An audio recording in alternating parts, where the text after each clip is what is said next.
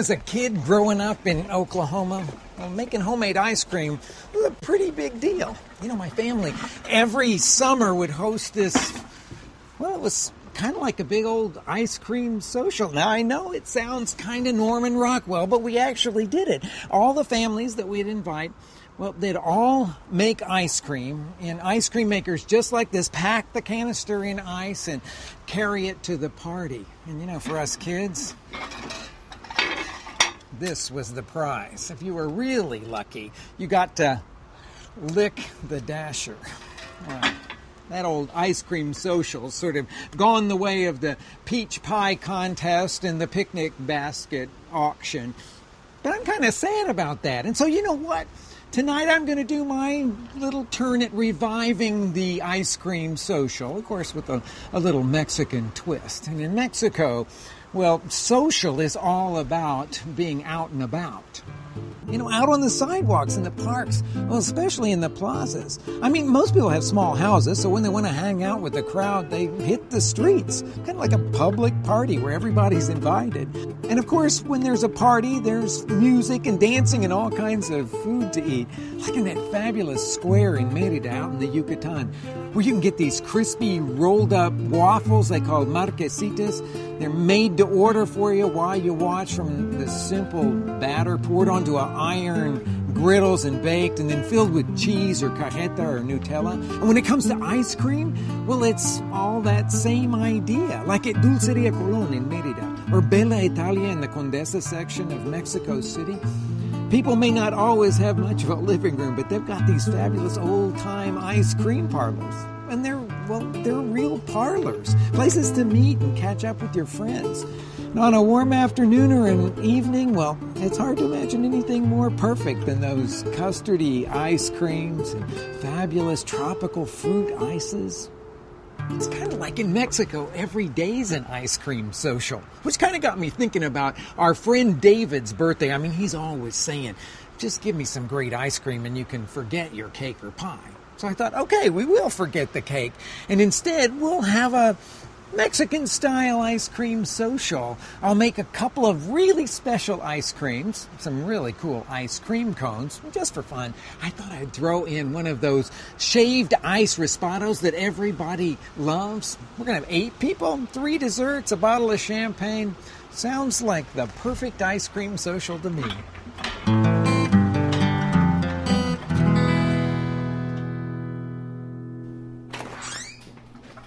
Now, of course, I could make ice cream in this, but it makes a huge batch of a single flavor, and I was thinking more about a variety of flavors, so I'm going to go for the more modern approach. You know, these are the ones with the frozen canister bases in them. You just put that all right in, no ice, no muss, no fuss.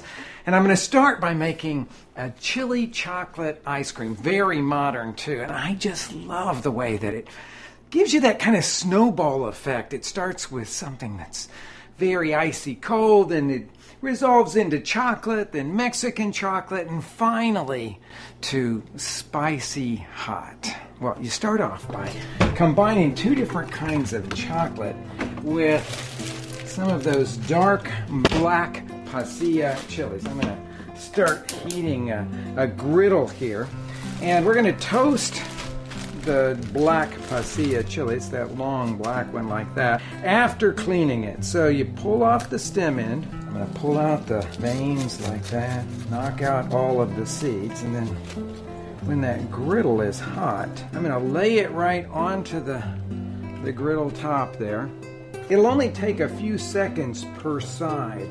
Okay, so it's nicely toasted. I'm going to use a really good quality bittersweet melting chocolate, and I need about 3 ounces. This was a 3.5 ounce bar. And then I'm going to combine that with a couple of ounces of Mexican chocolate. You know, the kind that doesn't really melt, has the cinnamon flavor to it. And it usually comes in rounds like this. So I'm going to cut off about that much of it, set that to the side, and the rest of it I'm going to chop up. Now in a saucepan, I'm going to combine all of this chocolate Mexican chocolate, bittersweet melting chocolate, and our toasted chili here. And to that I'm going to add a cup and a third of half and half. We're gonna let that come to a simmer over medium heat. And once that has steeped for about 10 minutes, turn the fire off once it comes to a simmer, then put it into the blender and blend it until it's as smooth as you can get it. Now I'm going to turn that into a luscious cooked custard ice cream base. It's absolutely the best ice cream base that you can make. And I'm going to set up a double boiler to cook it in. So I'm going to put some water here in a large pan. I've got a stainless steel bowl here that will just nestle right into it. Get that heating up. Now into that bowl, I'm going to put some egg yolks. We'll start with 4 egg yolks that I'm going to separate. And then I'm going to add a half a cup of sugar to that. And our chocolate chili base. Wow, does that smell good? I'm going to scrape every little bit of it in there. Then I'm going to cook it until it gets to that steamy stage and thickens noticeably. I'll show you what that looks like on the back of a wooden spoon. So now we're ready to strain this chocolate chili mixture into an ice water bath. And now we've got 3 more ingredients to add. Heavy cream, some Mexican vanilla, and some coffee liqueur. I'm going to add a cup and a third of heavy cream. And for that Mexican vanilla, about a teaspoon and a half. Coffee liqueur, a couple of tablespoons. Stir all of that together until it's very cold. Pour it into the frozen canister base of the ice cream maker and then let it go until it's the consistency of soft serve ice cream. That'll take about 20 minutes. Boy, does that look luscious.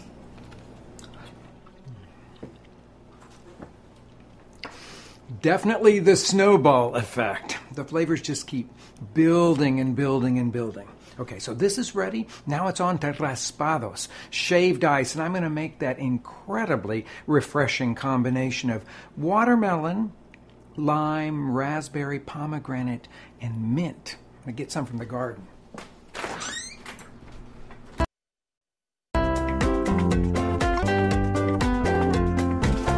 Now the first step in making the raspado is to cut up a watermelon. I've got one of these small watermelons here, and I'm going to cut it in half because all we're going to need is about half of it. Cut that half into quarters, and then cut the flesh from the rind. Now I'm going to cut this into large pieces and collect the next 2 ingredients right over here. I need pomegranate juice and fresh raspberries. Take the blender jar because we're going to combine all of this together. I'm going to pour these raspberries into the blender jar along with about a cup and a half of this pomegranate juice.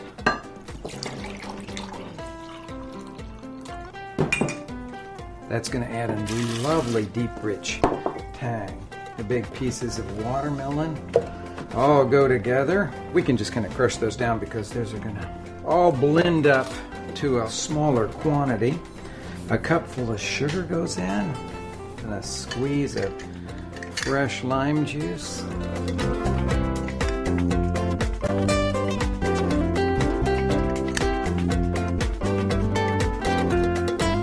And last but certainly not least, a few sprigs of mint.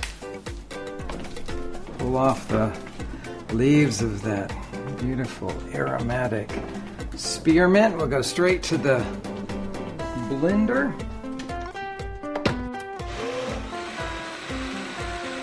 Blend it to a smooth puree and then pour it into a 13 by 9 baking dish. Now slide that dish into the freezer. After about 45 minutes, go in and stir it around. It should start to look kind of slushy at that point. Return it to the freezer and then, every 15 minutes or so, go in and stir and scrape the mixture until it looks like coarse snow. It should take about 2 hours total freezing time. And the third little tasting dessert I have in store for us, well, it might surprise you. You know how every culture seems to have its combination of fruit and cheese, like camembert and pears in France, or apple pie and cheddar cheese in the United States? Well, in Spain and Latin America, that fruit and cheese combination typically starts with ate, or a kind of gelled fruit paste. The classic one is ate de membrillo, or a quince paste. Now, all over Latin America, they make them from other kinds of fruits. My favorite in Mexico is the one that's made from guavas, or ate de guayaba. And they typically will serve it with a kind of fresh cheese, which led me to cream cheese, which led me all the way to cream cheese ice cream. Now, you're just going to have to stick with me on this one because it's absolutely delicious. So the first step in making cream cheese ice cream is to beat together some cream cheese with some ice cream. First of all, I'm going to just beat this to soften it up. Okay, so the second step here in making our cream cheese ice cream is to scoop vanilla ice cream into the beaten cream cheese mixture. And then we'll beat that until it's the consistency of soft serve ice cream. Okay, now for this incredibly easy ice cream, we've already made the cream cheese vanilla base there. I'm going to cut up this ate de guayaba, or guava paste, into little bits. And you'll see, oh man, this stuff is delicious. And just like guavas, it's very, very aromatic.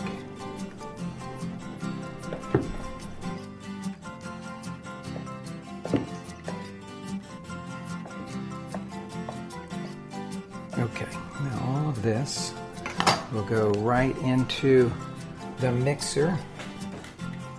And then I'm going to let the mixer on low speed just kind of blend it in nicely. I'm going to pack that into a little bowl. Now this bowl is the one that I'm going to use here for serving.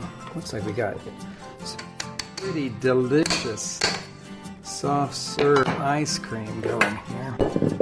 So I'm going to scrape all of this into our serving bowl and return that to the freezer. What I was thinking about for the ice cream cones is that we would make them in this device. This is like a pizzelle iron, or sometimes called a krumkaka iron, but you can also use it to make ice cream cones. So the first thing that I'm going to do is to get the ingredients together. Some butter and eggs, put those right over here. We're going to need some flour and sugar. Set those right there. Get the iron heating over about a medium heat. And then I'm going to measure into this bowl here about 1 3/4 cup of flour.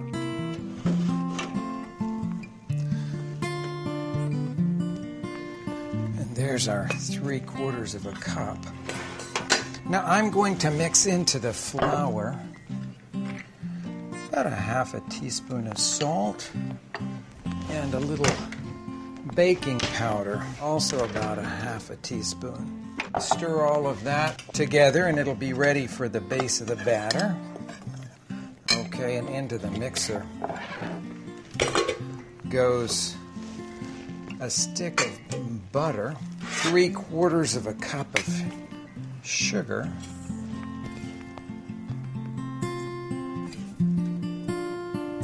we're going to beat that until it's very smooth. Now with the mixer still on but at a lower speed, I'm going to crack in 3 eggs.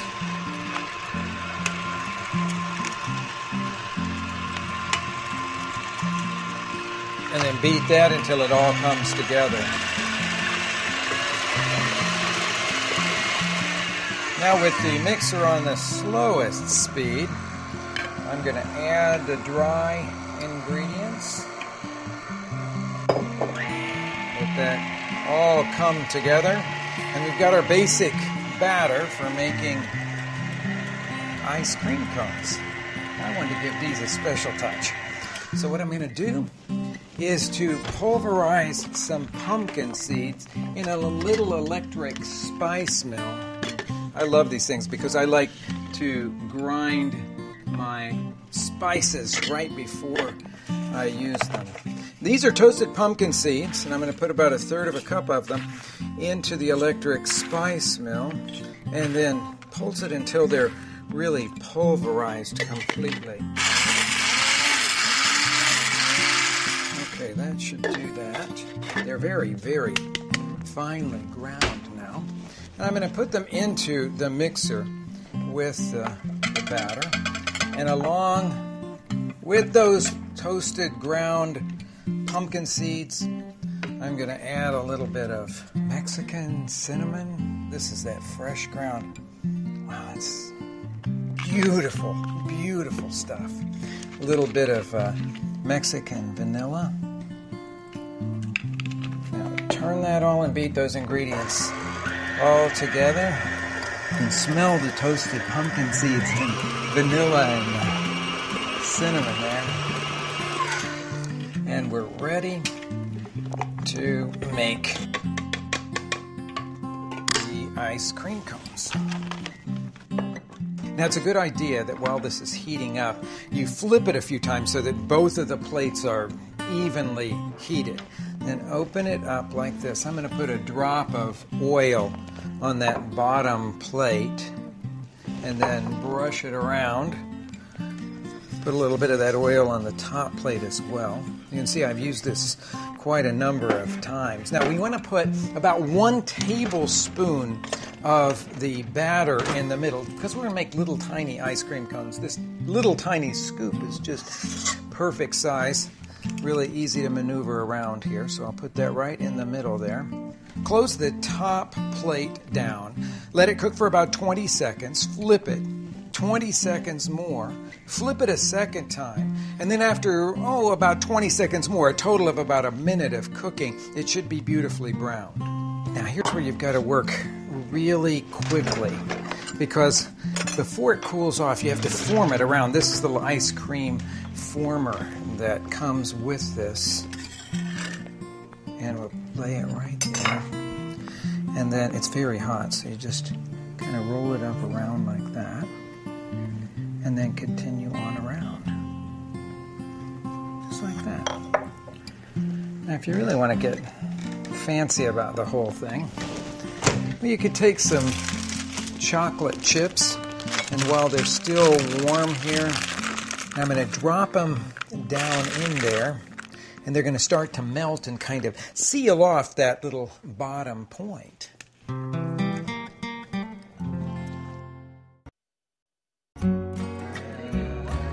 Okay, here we go. Happy birthday! Happy birthday! Cheers!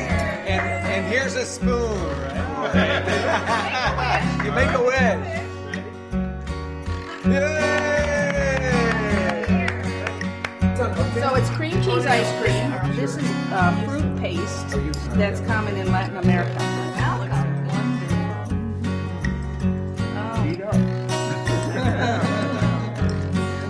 So I'm sorry, how old are your girls? Now it's Mexican chocolate ice cream with pasilla chili. Now that may sound kind of out there, but it's actually just phenomenally delicious. The idea may be old-fashioned, but I say, with some fresh thinking, an ice cream social can be one cool way to celebrate. Happy birthday!